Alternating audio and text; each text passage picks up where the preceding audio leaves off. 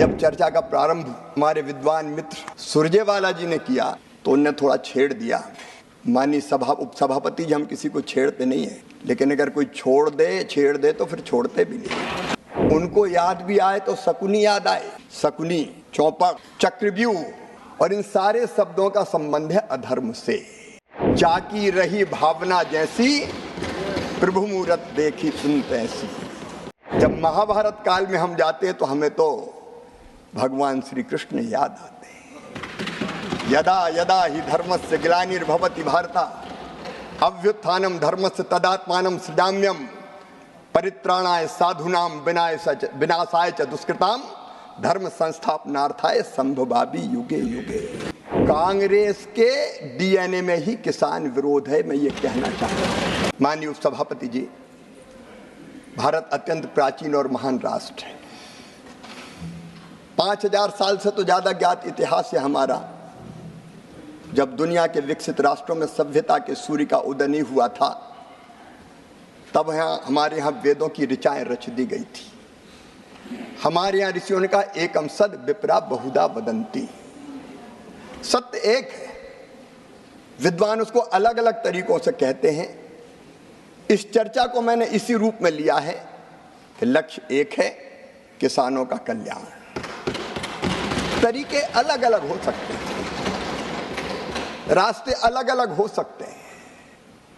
हम प्रयत्न करेंगे कि सारे सुझाव को समाहित करते हुए आगे बढ़ें।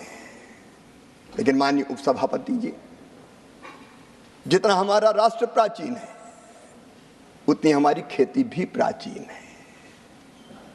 हजारों साल पहले से भारत में कृषि होती रही है। हमने बचपन में कई पौराणिक संदर्भ पढ़े हैं।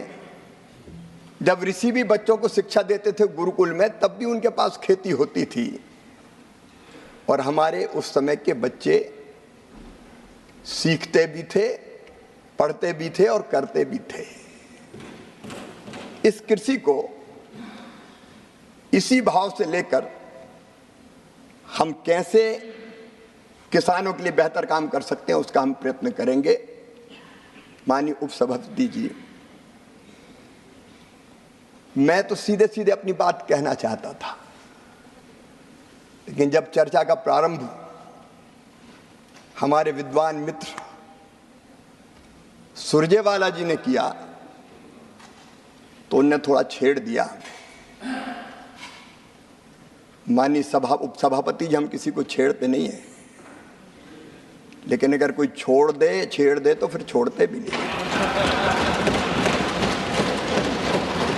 इसलिए मैं वहीं से आरंभ करना चाहता हूं। बेहतर होता वो आज यहां उपस्थित होते। माननीय उपसभापति जी, उनको याद भी आए तो शकुनी याद आए। शकुनी, चौपड़, चक्रव्यूह और इन सारे शब्दों का संबंध है अधर्म से। जाकी रही भावना जैसी, प्रभु मूरत देखी सुनते ऐसी।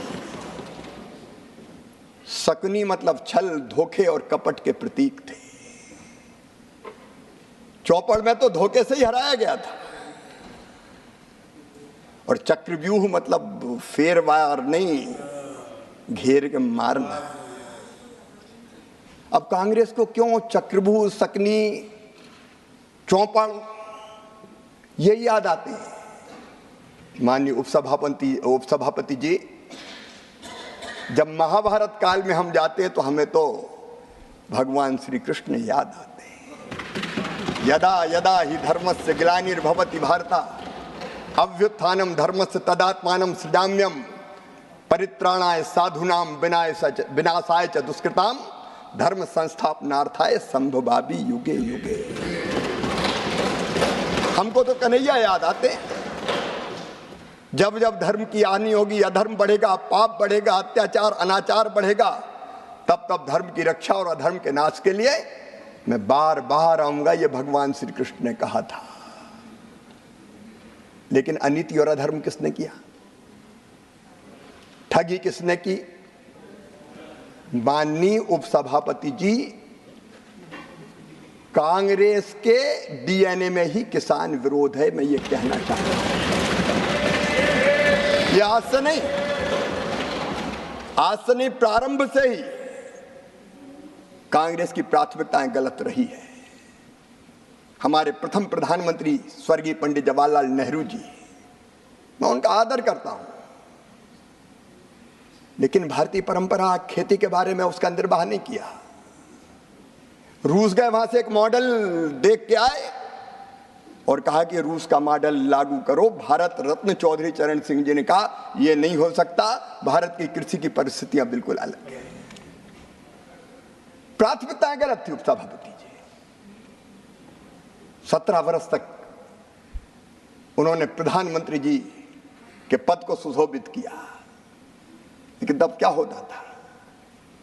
अमेरिका से PL 480 सड़ा हुआ लाल गेहूं भारत को खाने पे विवश और मजबूर होना पड़ा।